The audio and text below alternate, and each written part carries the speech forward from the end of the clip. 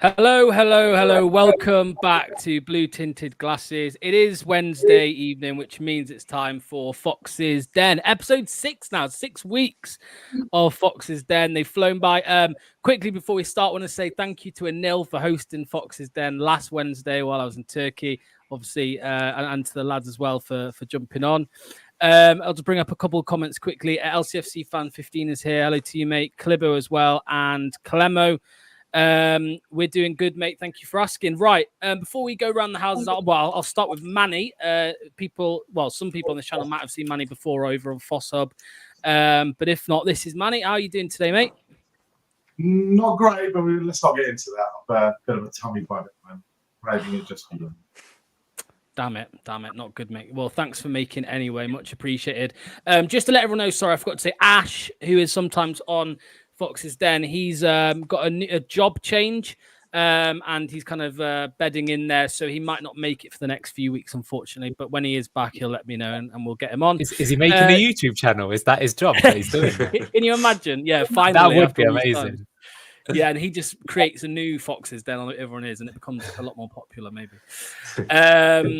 Yeah, okay. Josh, Sportster, mate, how you doing today? Yeah, not too bad. Good to be talking about a win, coming off a win. So yeah, all good, mate. Lovely stuff. And my good friend Anil, obviously we spoke yesterday, but how are you doing? Do you know what? International break blues. I don't know about you, but this is actually the most boring time of the season. Hence why we're doing a season review, I guess. But you want that game to come on Saturday, but it's not there. Otherwise, I'm good. Yeah. Thank you. Lovely stuff. A bit of love in the chat here from Manny. This Manny fellow was brilliant on Leicester Fan TV the other day. Tried to talk some sense to Phil. I'll tell you what. I was actually in Bodrum Airport actually at the gate waiting to get on the plane, and it was on Twitter, and I scrolled past and I did see Leicester Fan TV live, and I saw Manny on it. I was like, oh, I'm looking forward to listening to that when I'm home. So I did listen to it yesterday, and it was very good, Manny. So yeah, good job. Yeah, Dorco says FFP ruined Leicester. No point having a billionaire owner if they can't spend any money. May as well have Locks as chairman. Yeah, I don't think that would go very well either, to be honest with you. Right, so this is a little mini season review so far. I thought it was a good time to kind of have a little chat about how the season's gone. The first thing I wanted to start with, especially because Manny's here, is player of the season so far. I know me and Anil touched on it yesterday, actually. With one of the callers in the call-in show. The reason I want to go to Manny first, because I already know who he's going to say. So yeah, I'll hand over to you, mate. Who's player of the season so far? No, the contenders, obviously, Mads hasn't done anything wrong all season. The centre-backs have been brilliant. But I'm going to pick, it's going to be my main man, Wilfred Ndidi.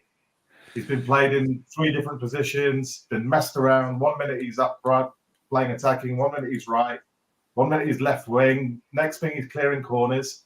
He seems to be more of a box-to-box player than anything else this season. I think he's just doing a sterling job wherever we put him.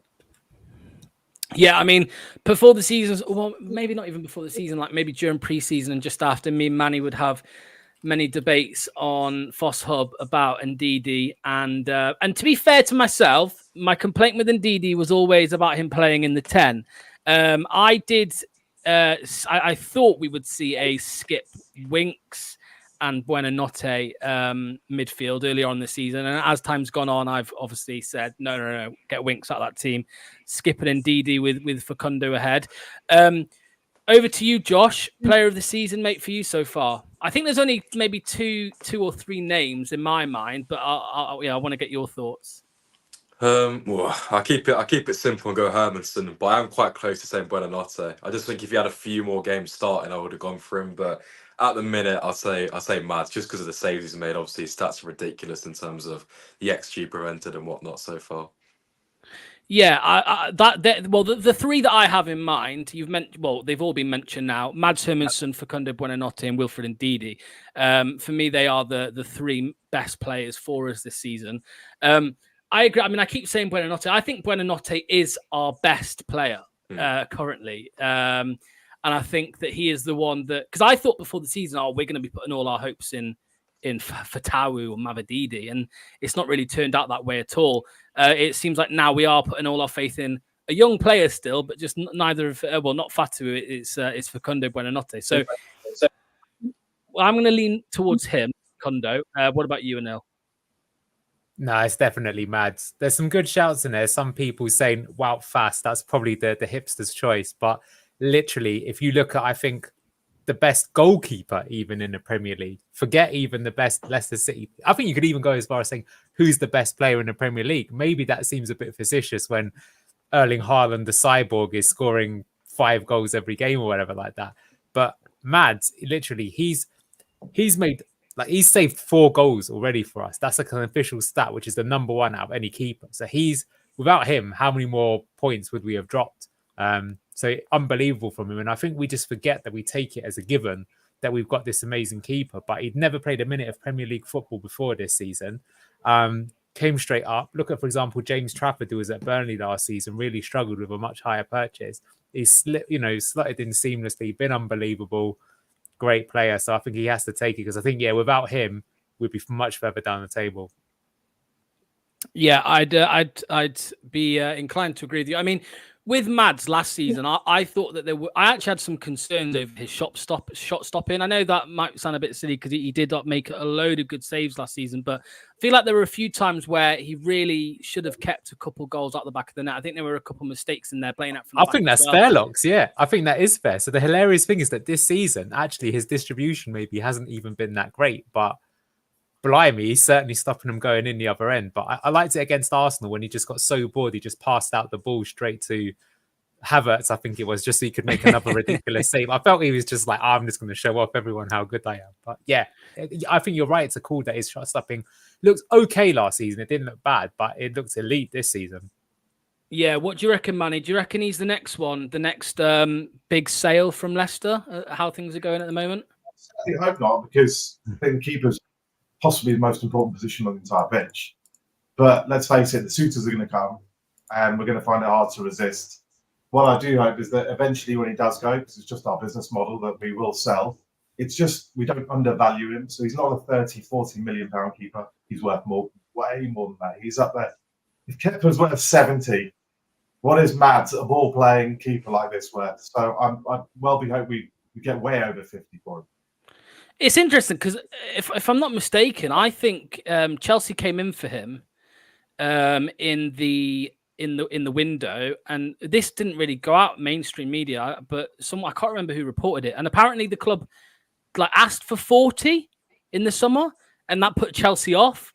And Chelsea now are probably thinking, "Oh no, what have we done here? He's going to be double that next year." So, it's interesting. And as final whistle, I mean, we all know this: the link, the Danish link. Somehow we've done it again.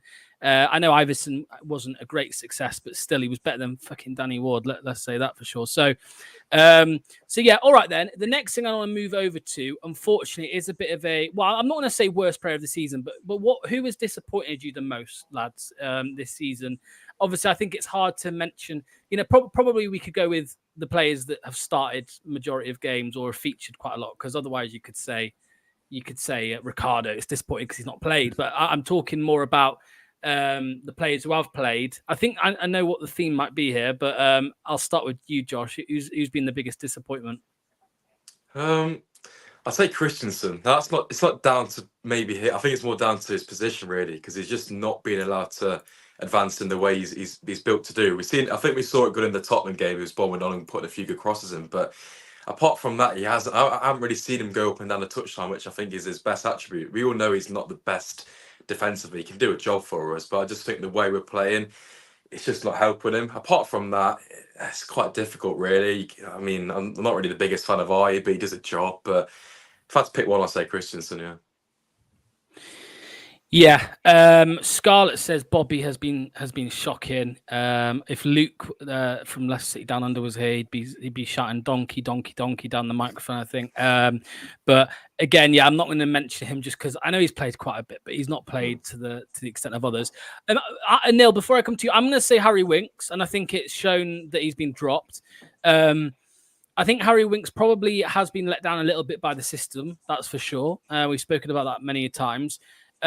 Yes, some of his statistics were and have been quite good, But I just feel like he goes missing in a lot of games. It doesn't really suit how we're playing, and having the energy of Oliver Skipp might be the better option over Winks going forward. So I think, and Steve Cooper even alluded to it after the game. I think he mentioned about Winks. He made a comment. I can't remember exactly what it was, but he was kind of referencing the fact that we might not see Winks in the starting 11 for quite a while, so long as performances are good. So that I think that said a lot. But yeah, Neil, who's your most disappointing player of the season? I was going to go Bobby Reid, but to be honest with you, I've come on side to Lox's decision. VAR's got me. On further review, I'm going with Winks because I think Bobby Reid was disappointing because I think he did start the first 2 games, if I believe, right? And I think he looked bad in both of them, and then he's looked bad every time he's come on. And supposedly he was a player that was in his prime, come from Fulham, knew the league. He should have been good. I was expecting his performance levels to be what Jordan Ayew's is. Ayew, I think, has been actually a very solid signing. Whether he should start or not, I don't know. But I think every time he's on the pitch, he doesn't let anyone down. He does good, very professional, competent signing. Reid looks bad. But I will agree with you because Winks was one of the star players last season. I think definitely for the first 4 or 5 months, I would actually go as far as saying I thought he was our best player. I think he faded as the season went on, but at times he was one of the best players. And yeah, I can't really think of a game where he's had a good game. I think to start with, he had games where he was okay, but given that he's a Premier League experienced player, I believe he's one of the highest earners in the squad. He has been a bit disappointing. That said, I think you're right about the system, but I think more than that, you can tell from his body language, he ain't having the manager. You can just tell that with some people. He's not happy about it. He literally looks like someone who's been to a funeral. That's the only way I can describe him. But his performances have been bad, and I don't think he can really blame Cooper actually for dropping him in that case, especially as the other 2 have done well in his position. So, sorry, broken record, but I would go Winks, yeah.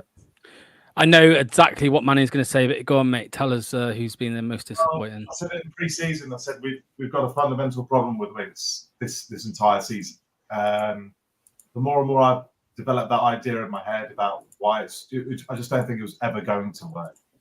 The problem is Winks is obviously going to play at the base of a pivot, and he's going to play the quarterback role. That's absolutely fine in the Championship when you're just not getting the intensity of pressure on you that quickly. You know, pretty much every single team, bar maybe 1 or 2 in the Championship last season, weren't really looking to attack the pivot in a pressing sense and put pressure on him. They were just looking to stay deep. So he was in a bit of an armchair ride, in my opinion. And I think the Premier League's so much faster and they're so much more adept at closing down that he has to be able to work under pressure when he's on the ball, that is. And then secondly, your defensive roles are much more amplified because you are going to get hit on the transition and the counter much more often. And I'm afraid, I think everybody always, whenever they talk about Winks, they'll talk about passing and control, but nobody will mention physicality or defensive abilities or tracking or the ugly side of the game, which every player has to do in the Premier League.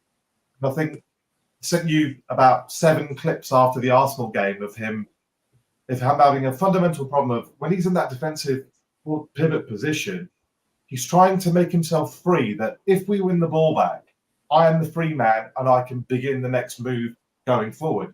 The problem is, if we don't win the ball back, he's not tracking his man, he's not covering, and there are lots of people running in behind him from either side.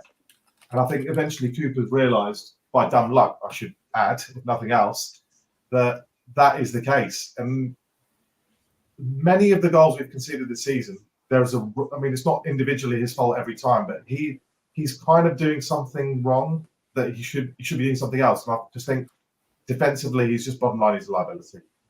Yeah. Yeah, no, I agree with you, mate. I agree with you completely. Again, I think one of the biggest problems is the system. It doesn't suit him, and I think it's long overdue, really, that Winks did come out. And I think, again, I've said it time and time again over the last few days, but I feel like it's a more balanced midfield now, really, especially having Wilf not in the 10, having a naturally creative midfielder in that position rather than Ndidi. I wanted to just bring some up because I've seen a few comments about it in the chat, and I feel like it's silly to just ignore it. So the leak that came out on X or Twitter over the weekend. I don't know if I haven't actually got a screenshot of the whole thing, unfortunately.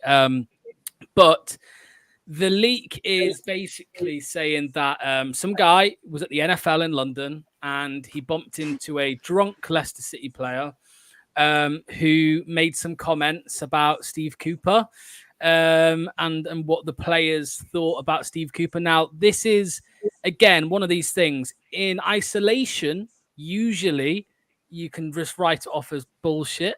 But for me, that alongside literally a rumor that happened about 2 weeks ago, and then alongside the reports in certain news, who was it in there? Was it Football? What's the name? Football Insider, which I know is sometimes a load of quality shit, journalism. Yeah, many reports though since preseason saying that the players don't respect Steve Cooper. He's struggling to win some of them on side, and they are struggling with his, I suppose, offhands approach. And Anil, talk to me, mate. What are your thoughts on this situation that happened over the weekend? Well, it's a little bit like my mother's uncle's cat's dog's sister said, but as you say, it does feel like one of those things where there's no smoke without fire. I do find it interesting that this one's blown up a little bit. So is it one that it's true, or is it that people are trying to make it true, if you know what I mean? But I do think that if you look at the body language of the players, I mentioned it with Winks as well, that there's something not right there. You can just tell it. And I think no matter who you are as a manager, if you're dropping, I mean, look who wasn't in the team on the weekend. No Winks, no Vestergaard, no Fatawu, no Ricardo. They're some of the most senior voices in the dressing room. Ricardo and Vestergaard are like internationals that are late 20s, early 30s, a lot of experience. I mean, Winks himself is like that. So I don't know. I mean, unless there's like photographic proof or someone's got it on camera, we don't know. But could I believe it? I could definitely believe it. Yeah. And for me, it's actually interesting to see that those three players you mentioned there were very, very instrumental to Enzo Maresca's system last year. Vestergaard, Ricardo, and Winks. You could argue three of the most important players, but yeah. So that's interesting now to see that those three are the three that aren't in the squad. We heard Vestergaard was injured, and apparently he was back fit. Was he on the bench on the weekend? Did anybody notice? Was he on the bench? No, he wasn't. Don't think so. Cooper did say in his press conference that he was available again, and he wasn't in the squad. So that's interesting. What do you think, Manny, mate? Because again, I mean, we've spoken about it on Foster before about the older rumors from a few weeks ago. By the way, I did see someone say in the chat they thought it was Harry Winks. I don't think it is Harry Winks personally, but yeah. What are you thinking, Manny, mate, to these leaks? We saw the comments from Conor Cody, I think it was on 5 Live, where he talked about Maresca's tactical acumen being super advanced. So if you've just spent a year under Enzo Maresca learning the Guardiola system and you feel like you're actually developing as a footballer, to come to Steve Cooper and to see our approach and setup you're probably going to be down the road of this is already regressing to some extent. Then you combine the players that Anil mentioned, Ricky, Vestergaard, Fatawu, and Mavididi early on in the season. I mean, if you're Mavididi, just think you're 26 years old, you're born in Derby, you're Arsenal youth, you went to Juve, you're 26, but you've never played a Premier League game. You just had a blinder in the Championship, and you get dropped in the first game for a guy who was signed 5 days before, and you're going to play him out of position, who's also 33 years old. I mean, if I was Steffi Mavididi, I would instantly be like, this guy has got to go. He hasn't got a clue.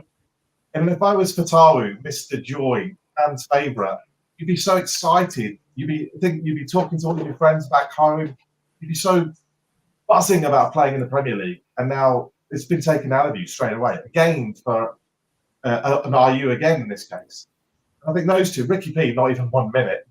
Vestergaard, he's been signed a new contract. I mean, I'm not Vestergaard's biggest fan, but from his point of view, he signed a 3-year deal, and last thing he wants to do is go into a situation he was in at the last time we got relegated. And legitimately, I think those 4 players in particular can be very, very nice. I have it on good authority that Vestergaard that was wrapped up whilst Enzo was still at the club. That whole deal was signed before Enzo left. Enzo wanted to keep him, and it was done. And then Enzo left. So it started in the first game or two, I think, the season, didn't he? Did Vestergaard start the season? Yeah, he did. Yeah. the first like four, right? The first four games, I think. Oh, yeah. So from his point of view, he's either been dropped or he's got injured and he's not got back into the team. I mean, either way, his mindset is already going to be thinking, here we go again. Why did I sign the 3-year deal? I'm sitting on the bench. I'm not playing Premier League football. His friends will be texting, what's going on? Not again. And I think they're just those 4 players as a whole, for their selection, you could argue they're selection reasons. But I just think, I mean, Steve Cooper's not exactly Enzo Maresca, with all due respect. You are naturally going to think that this is, what are we doing here? Which direction has the club gone in? Yeah. Josh, these rumours, mate, do you believe them? Do you not? Do you think it's all bullshit by people with agendas like myself, apparently, against Cooper? Is it me? Maybe it's me on Fox's Hub. Is it Fox's Hub? Not Fox's Hub. What's it called? Fox's Talk. Is it just me making up rumours, or do you believe them? Well, I won't be surprised. Whoever written it went to a good length of describing it if it was false. But just like Anil said, there's no smoke without fire. Just on the Vestergaard thing, I find it really interesting because every week, I know Owen Palmer-Atkin from BBC, he asked about the injury news. And then suddenly a few weeks later, Vestergaard's been out for like 2 weeks with an injury. He never mentioned it before then, which I do find weird because I think a Cody came in against Villa, didn't he? That was what, third, fourth game into the season. So I find that quite strange. And yeah, honestly, I wouldn't be surprised if it is true. Just like I've been mentioned, the players last year who've been so instrumental to get Leicester into this position, for like Ricardo not to play a single minute, I find absolutely crazy. Like half the time I forget he's on the bench because like, you know, he's nowhere near. I don't think he even warms up half the time on the touchline. I just find it's crazy for him. But yeah, I wouldn't be surprised. Senior figures, all it takes is a few to go against Cooper, and a lot of them will follow. And you know, I think people like Fatawa as well, especially, who's quite close to someone like Ricardo. If he's turned, Fatawa will turn, and it's just a snowball effect. Yeah, just to let you know, Manny, sorry, I haven't. The reason you muted is I think there's a bit of an echo, so I'm just going to mute you whilst you're not talking, and then I'll unmute you. I think it's just I can hear myself through your mic. That's all. Right. I want to just move on. I'll bring up a couple of comments first. Sorry. So, question: do we have to sell Hermanson no matter what after this season, regardless of what league we're in? We don't have a lot of sellable assets. We'll see. I think if we stay up, we should be able to keep him, to be honest. He was absolutely woeful for us in the Prem, though, so slow. All right in the Championship. I think he's talking about Vestergaard. Dorco says, personal conflicts happen all the time. If I was manager of Leicester Fan TV, would be dropped locks would be dropped for a fortnight. I'm not on there anymore, Dorco, so don't worry. I've been dropped permanently. Clivo says, Ricky has to play. JJ has to play on the left. Carl says, Millwall fan here. Hello, Carl. Nice. What a random fan to have in here. So thanks for joining, Carl. Much appreciated. Right. I'm going to come to you on this one first, Manny. This thing I want to move on to. This is a big concern for me. It's the XG for this season. So this is something Neil sent to me the other day. We are outperforming our expected points, not XG, sorry, expected points. We are outperforming them. And I think that is quite heavily down to Mads Hermansen, to be honest with you. But for me, I always look at XG and expected points. And I think when you are outperforming them so much, the worry in my mind is that something like it will catch up with you, if you know what I mean. The outperforming, it will eventually catch up to you. And that's how I see it. But yeah, what are your thoughts on that one, Manny? Well, this is why you can't just look at the table in isolation today as a snapshot and say that, we're 15th, therefore, he's doing a great job or he's doing even a decent job. That is a very naive and silly way to look at things. If you'd have looked at the season we went down after the World Cup, we were about 14th, I think, when we restarted, and you would have said everything was fine in January. So you just can't say, comments like we're a couple of points behind Man United is just completely pointless. It serves no purpose whatsoever. The question is, are we maximising the potential of the team and maximising the number of points that we could realistically or even potentially be able to get? And it's no wonder when you play with 3 defensive midfielders, one of them albeit in an attacking position, a defensive-minded winger. When you bring on a sub, it's generally another defensive-minded winger or an extra centre-back in the case of Cody against Palace. The mentality is very, very defensive. Even at the weekend when we did win, how many shots did we have in the second half? Says it all. We don't have ambition, so we're not going to particularly look to score that many goals.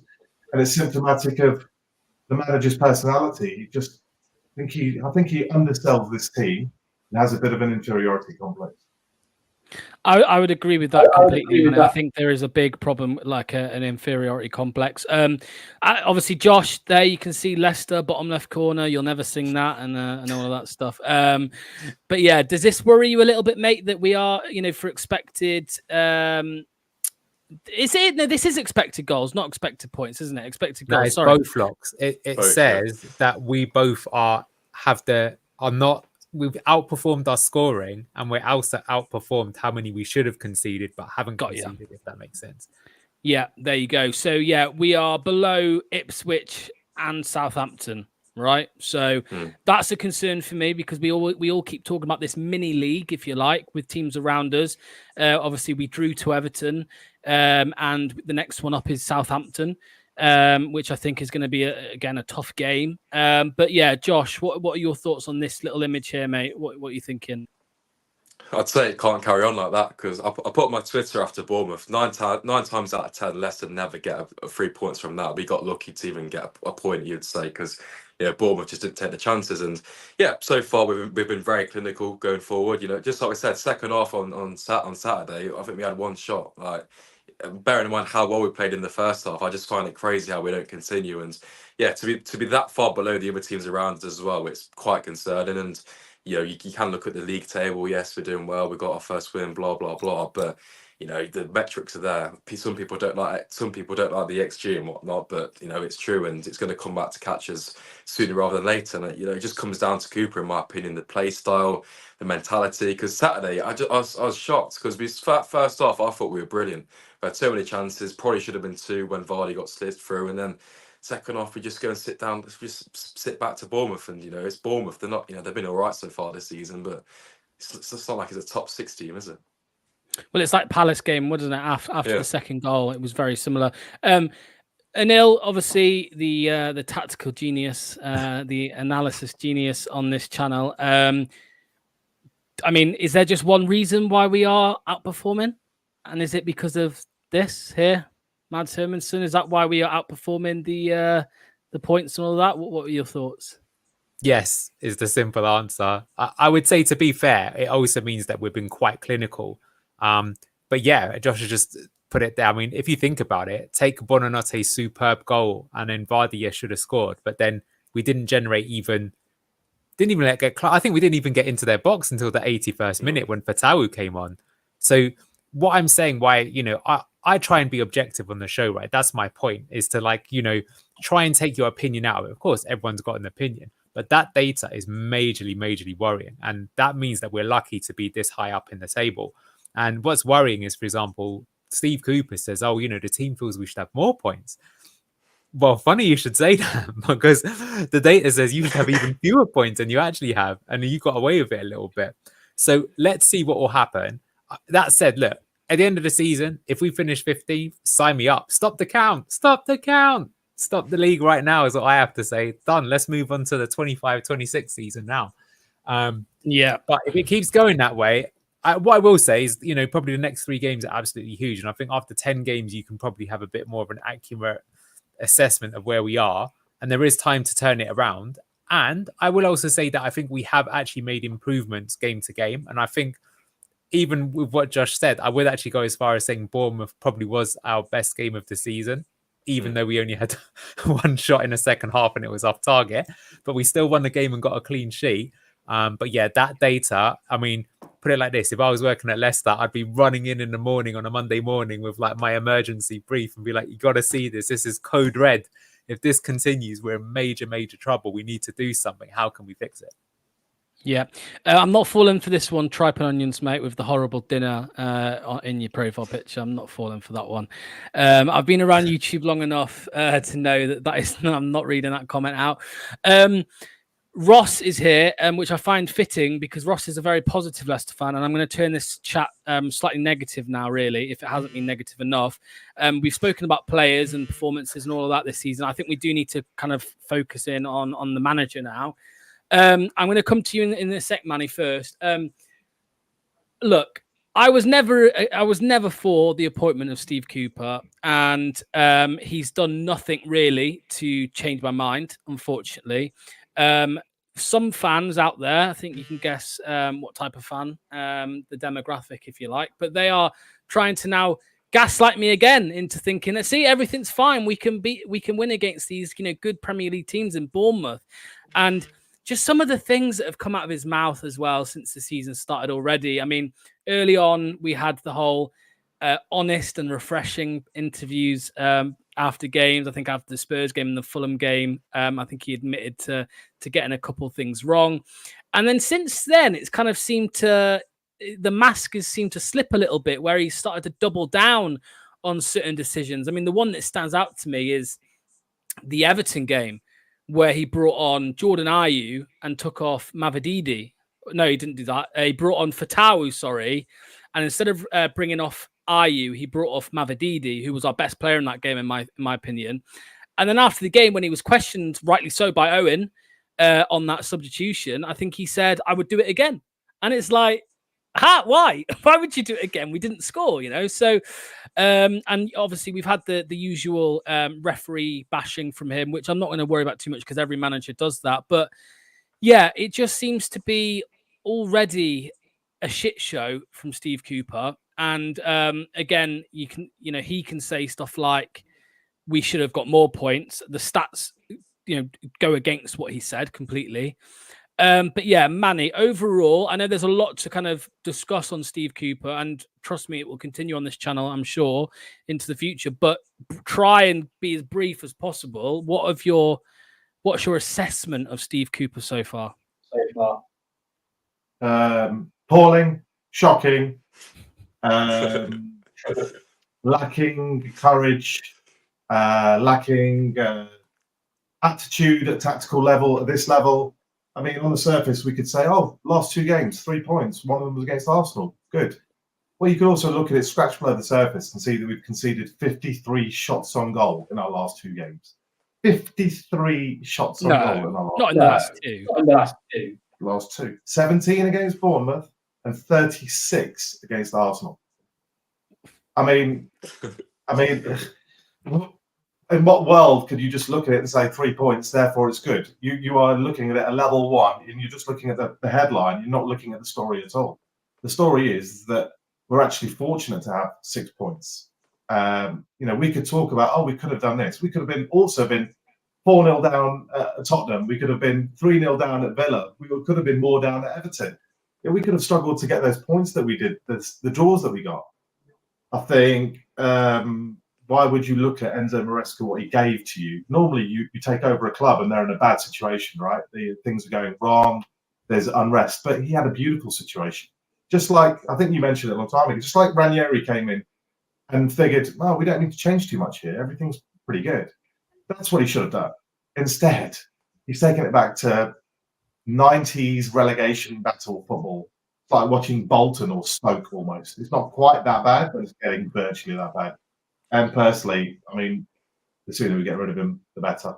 And I don't think, even if he kept us up, I would still make a case that we would have done better than we have done with a different manager. Yeah, I mean, one thing Manny mentioned there, Josh, is about should Cooper have... Yeah, this one, by the way, sorry. He kept Forest up. Yeah, that's what I keep hearing as well.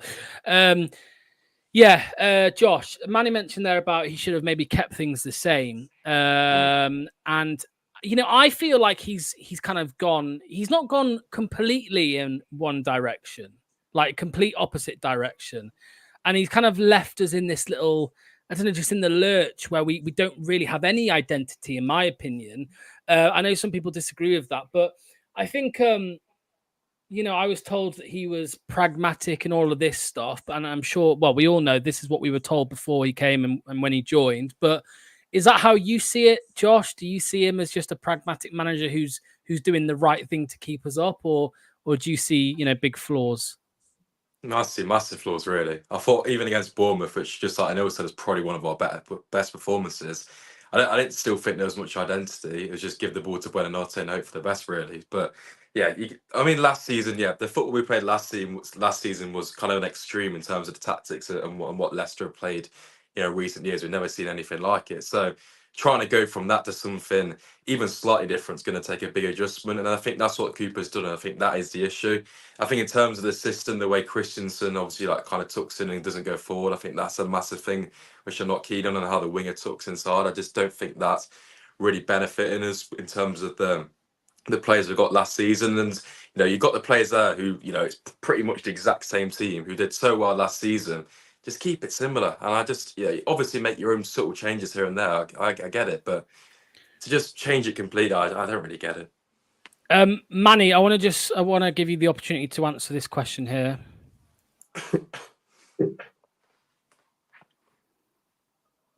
Oh, okay. Do you want to answer what Ross said? Does he think that any other manager that we could have in charge wouldn't get equal or better results in those games? I mean, you don't measure your yardstick by playing the very two worst teams in the league, and it's hardly indicative. We could win all of our games against Southampton and Ipswich this season and still go down. But there has to be more ambition and a higher barometer, mate. You don't just judge somebody on the weakest games. You have to take it as an overall package. And like I said, I would argue that with a more thoughtful, better manager, we could get the same quality results as Cooper. Well, actually, that's a lie. We do a lot better. If we beat Southampton and someone says, "Hey, look, we beat Southampton, that's why we should keep Cooper in," I'd argue with a better manager, we would have beat Southampton more comfortably.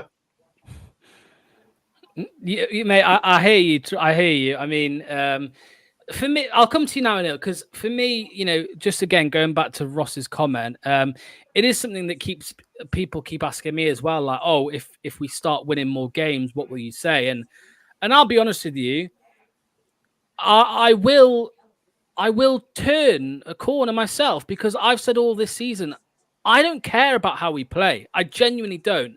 As long as we win games or win more games than we have done.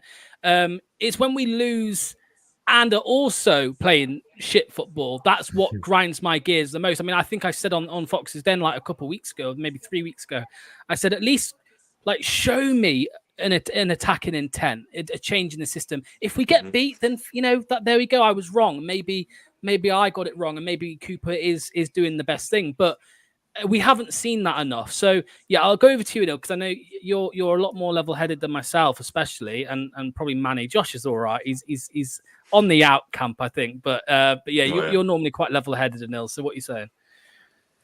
Look, I'm not his biggest fan, but I think people are trying to will into existence something that I'm not sure is going to happen.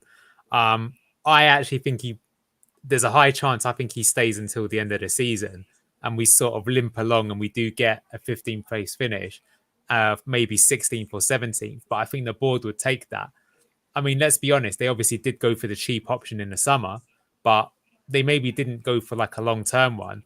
The thing is when you're at that kind of level of management, right? You're the director of football at the club, you're top. You make the decision, but when you give someone that responsibility and accountability, you do it their way. So the thing is that I agree, like the stats don't look good, the performances don't look good, the fans can see it, everyone can see what's happening. But at the end of the day, he's 3 points clear of the relegation zone, and that is where we want to be come the end of the season. So for that reason, I think he'll be kept. I think even though he does play this kind of defensive style of football, I think of those games coming up, I think we'll do all right.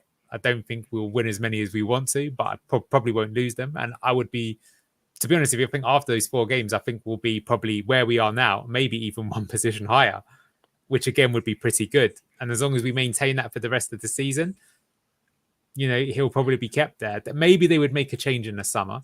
That's how we go. So yeah, I'm just saying it. Like, I think if you made the call now to sack the manager, that would really seem massive, right? Given where they are in the table, through to the cup, etc., etc.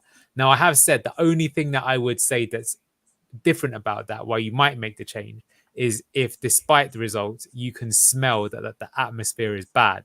It's like, you might have seen these examples in maybe companies you've even worked for, guys, in the past, where on paper everything's working, but you just know you've got someone that everyone just thinks is a complete prick, and you can just see that everyone hates them and they're all complaining to HR about someone, and you just have to remove them, even though on paper they're not actually doing that bad a job. And that could be the case, by the way, especially when we talked about the thing that's on Twitter, some of the other responses, if all the agents and the players are getting the hump, could definitely happen. But otherwise, I think that, it is what it is. You're going to judge him on the results. And if he gets that at the end of the season, you'd even have to say that overall it's a solid job and move on. I have to say, I do have an issue with the football played as well. I think it's very boring. So that's why, just to put it out there, we could be in a world where they sack Steve Cooper and they bring in David Moyes. Are you guys happy? Because I'm not. I'm not sure I'd be happy with that. I think that would just be replacing, one thing with the replacement, really. Peugeot 205 for a Peugeot 206 or something like that. He's still got a Peugeot, he's not got a Ferrari. I hear you, Anil, about where we are, because I think if we'd lost to Bournemouth, because we beat them, it would make it even madder to sack him now. I get that, and I don't think there is any world in which they would sack Cooper now or potentially even after the next two games. My worry, though, where we are in the league is good. If the season finished now, we would all be happy. But my worry is when the other teams start sacking their managers, when the other teams below us start sacking, Dyche or Gary O'Neill, when they lose their jobs. I can only see them two teams especially rising above us. Southampton, I think, are out the picture. I think they'll stick with Russell Martin no matter what happens, and they'll stick with him. But those two in particular, Everton and Wolves, I think they've got decent squads, and I think they could overtake us. But we'll have to wait and see on that. I want to bring one comment up as well, just quickly, before we draw to a close. Peaches is a Forest fan. He says, love Cooper, but he's a bit of a media agent. Says the right things, but then lessons not learned. Negative football. It was not exciting to watch. Couldn't get the best out of many players. Some frozen out. And it's weird because, like when I spoke to Wolfie, the Forest fan, on multiple occasions, he said pretty much everything that has come true. And a lot of that right there seems to have come true as well. Final comment on Cooper. I'll just ask each of you this.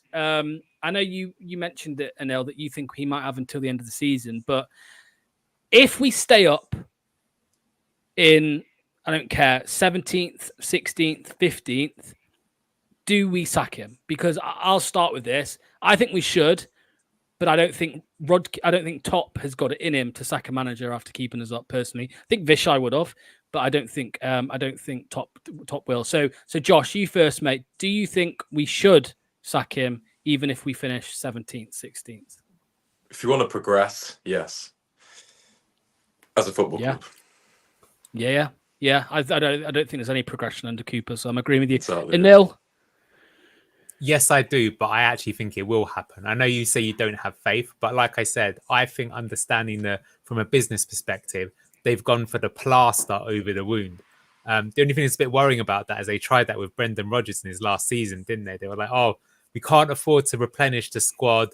The manager's a bit unhappy, but don't worry. Next summer, we'll do this massive transition with a new manager and new players, and we'll make it all work then. I think they've sort of got something geared up like that. So I think he'll go regardless, and unless somehow he got us into Europe, that's not going to happen. So I wouldn't be worried about it too much, but I think you just got to put up with like a season of crap, basically. Yep, I know exactly what's going to be the next answer. But yeah, Manny, should we sack Steve Cooper even if he keeps us up? No, they always talk about Cooper keeping Forest up. How did the second season go at Forest?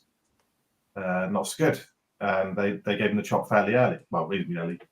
And if you don't build an identity, if you don't get the fans, the whole club, players on side, then in next summer, if we do, and we could well stay up with Cooper. I'm not saying we're definitely going to go down with Cooper. There could easily be 3 worse teams than us in this league. There's definitely 2. We know that Ipswich and Southampton are. And any one of those others, it could be 1 from 4 or 5.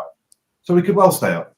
But then we're in the same position as we are next season. What are we going to do? Try and survive the next season again, playing the same way?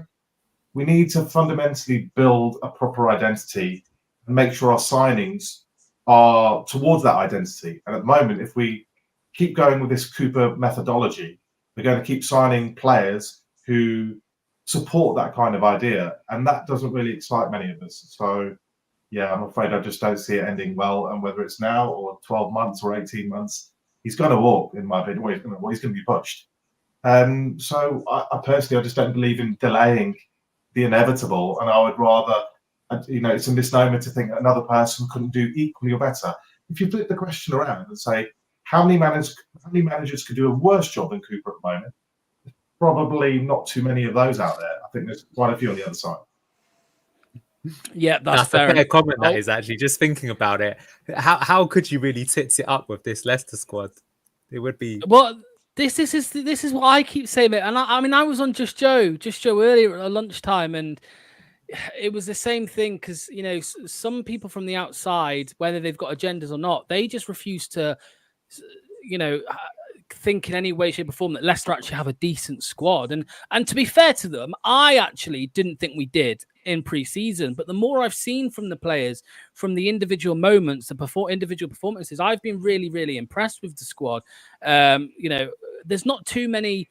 Let's say if you just look at the 11 maybe that played against Bournemouth, I look at that team and I think pretty much all of them, bar maybe one or two, have put in really, really good performances for the majority of the season. So, I mean, even Justin, who I think has stunk the place up for in the first few games. I mean, he scored two. I mean, they were both freaks, weren't they? One was a deflection, one was a screamer. But he's looked good at times. So. So yeah, I think that's wrapped up nicely. There are loads of comments flying in. We will come to them again on another show, so just stick around on Blue Tinted Glasses and for Fox Sake TV. Thanks to everyone who has watched, and make sure to hit the like button and subscribe on both channels. Manny, mate, I know you don't have your own channel, but what are you up to these days? I mean, Foss Hub, anything coming up? Well, look, I just love to talk Leicester City at the end of the day, and I was going since, I used to go in the early 90s, so I've been through quite a few managers, quite a few eras. And it's just so frustrating to think, the reason that I started doing this season was we had the right answer, and Top and Rudkin had the right appointment, the right vision. We were on the right lines. And it's just, I wanted to stand up and say, whoa, what are we doing? We had the exact right idea. The system that last year won the Premier League, came second in the Premier League, won La Liga, won the Euros, won the Championship. Bayern have tried to copy that system. We had the absolute ideal system that there was. And this change to Cooper, just so annoying, so irritating, so frustrating. And I hope we make that change quickly. And I'll be having my small one-man bedroom campaign for that change. I love it, mate. There's a whole 1 hour show that is, will have to be done at some point with Manny, just about his thoughts on football and the future of Leicester. Because I mean, I've spent many of hours in the past speaking to Manny about it, and it's a good chat. Some crazy things I still think he comes out with, but that's for another show. Josh over at Sports YouTube, what's going on, mate? What's coming up? Not too sure really. Might be a few tactical stuff, maybe on Buonanotte after his performance on Saturday. But yeah, just a bit of a break until get back into it with a few away days as well. Some big games obviously after this break. So yeah, just a few vlogs after the break. Nice one, mate. Again, I think you had a match day vlog up, didn't you, the other day? Yeah. So go and check out the best match day vlogs on YouTube over at Sportsa. Anil for Fox 8 TV, of course. What's coming up, mate, after your long slog last weekend on Here, There and Everywhere on YouTube whilst I was away? What was coming up? Well, what I was going to do, actually, because we hear this a lot, is that Steve Cooper has no system. I think he does have a system, so I'm going to make a video on that. And it's not just going to be a video of like a dog poo for an hour or anything like that. I will explain it and go into it, but I want to look at like what is good and what is bad. Because I think he actually has done a few things that are quite good. Unfortunately, I would agree with Manny that, yes, I was way more excited for the appointment that we made last season. But yeah, I'm going to go into that and show that so that, yeah, people get a bit more understanding. Because I see that coming a lot, like we have no identity and no plan. I don't think that's true. You can say it's a bad identity and a bad plan. That would be fair enough. But I'm going to make a video on that. Brilliant stuff. Peacher says he 100% has a system. That's where the favourites come in. Jordan, are you? I think you're referring to there. Who I think Cooper is on his family's payroll. So there we go. Right. Thanks again to Josh, Manny, and Anil for coming on. Obviously, Fox's Den is every Wednesday at 7 p.m. So you can be rest assured it is going to be on every Wednesday. Coming up this week, I don't know yet. It's a bit of a horrible one. Obviously, international break. There's not too much to talk about, but we'll see. There will definitely be a live on Friday night. I'm just not sure what it will be yet. So just keep your eyes peeled for that. And again, as I said, please hit the like button, hit subscribe as well for Fox 8 TV and Sports on YouTube. And why not go and follow Foss Hub on Twitter as well, because that's where Manny is a lot of the time. So. Cheers all. Thanks for watching, and I'll see you next. I'll see you on Friday. Bye bye.